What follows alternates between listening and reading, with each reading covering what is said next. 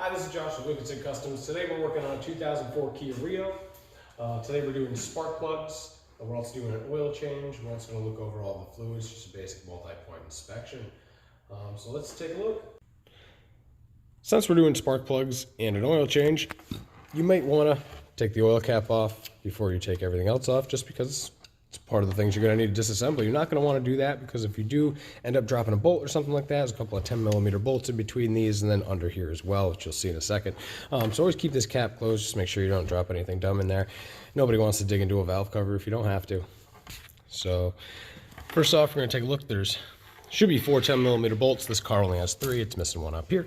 So we're going to take these off here. 10mm, I'm using medium socket, grabs it just fine. Long socket will work just fine. Short socket will not. It's a little deep in the tube there. See if we can see it. Give you a little bit of light. A little bit down there. So what we're going to do is take those off and we'll get right back to you. All right, now that the engine cover is off, the 3 10mm bolts were removed. 4 if you have all of your bolts are removed there. I leave them in the shroud or in the plastic here, and I just set it off to the side. Next, what we're going to do is, we've already removed them. There's 3 more 10mm bolts. You're going to remove the main harness, or the engine harness, securing plastic here. 1, 2, 3.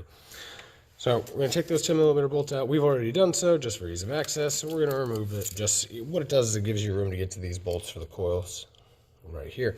So what we're going to do next is take, again, there's 4 10mm bolts. We've already taken them out, but 1, 2, 3, 4. And remove those, set those to the side here, or wherever you want to keep them to the side. You don't knock them. So then these little clips have what they're called safety clips. They keep the connector from backing itself out or accidentally pushing in and disconnecting itself. So basically what you want to do is use a little flat bladed screwdriver or maybe a pick or something, as long as you're gentle with it, and you just slat it in and pull it out. It doesn't come out all the way, and then from there all you're going to do is remove the clip, push in with your thumb, pull out. Of course my thumb doesn't want to fit in there. I may need to use a flathead to pop it off real quick. We'll be right back. We're going to take all 4 of these connectors off, and we are back. Just had to use a little flat bladed screwdriver to kind of push in there because my thumb didn't want to get in there the right way. It's a little tight with the angle here. So I just pushed into the tab here, slid them right off, did all 4 of them. And what we're going to do is kind of just, I'm going to take that kind of just out of the way. Doesn't need to be anywhere special, just so it doesn't pinch or break or anything like that. And from there, what we're going to do is take out the coils. These are called ignition coils. They sit above your spark plug. I'm just going to set them off to the side here. Try to keep them in order if you'd like. If you have no issues with your spark ignition system, it's not the end of the world. If you put, number 4 in number 1, the computer tells it what to do. So it's just a worker. It doesn't think.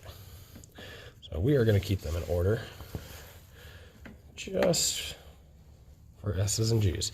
So alrighty. Now from there, we're going to look down and we'll get you your flashlight.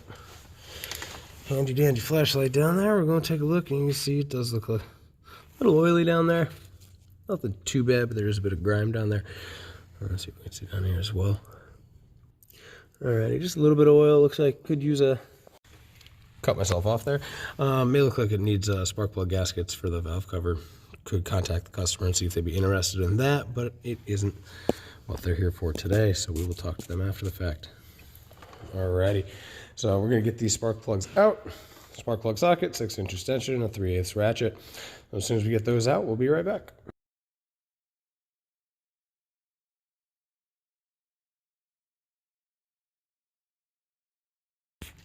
Once we pulled our old spark plugs and disposed of them however we see fit, I put them back in the box of the new spark plugs and put them in the garbage.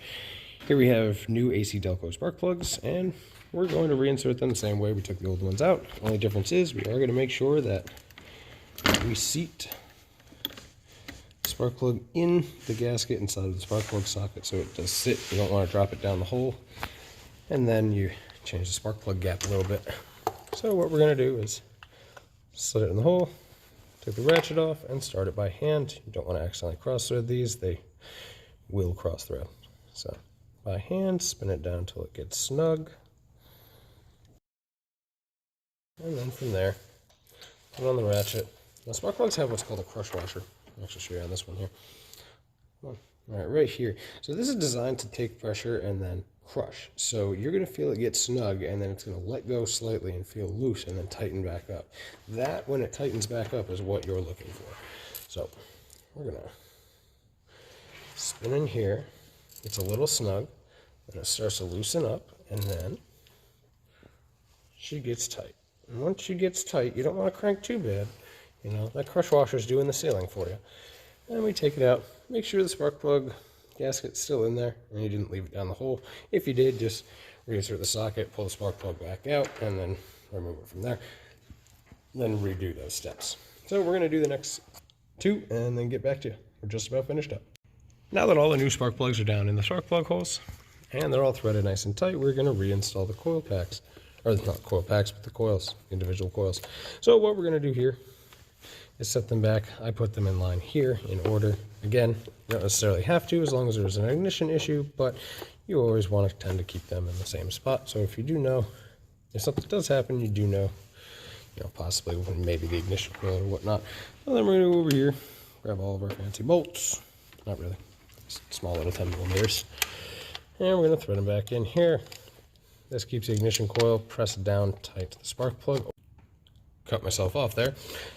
These 10mm bolts secure the ignition coils down so that the spring inside of the ignition coil makes good contact with the spark plug.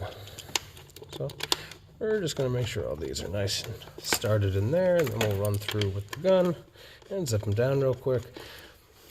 I've been doing this quite a long time. I don't recommend doing this unless you have. You kind of got an ear and a feel for it. This is an impact gun. You will break the nut or the bolt. Tap, tap. Tap, tap.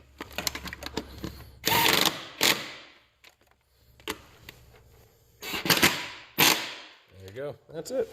So what we're going to do from there is just reconnect the electrical connectors, which I should have done before I put the bolts on. So we're going to take those bolts back off and then put these connectors on, because you're going to have to spin the coil a little bit to plug it in.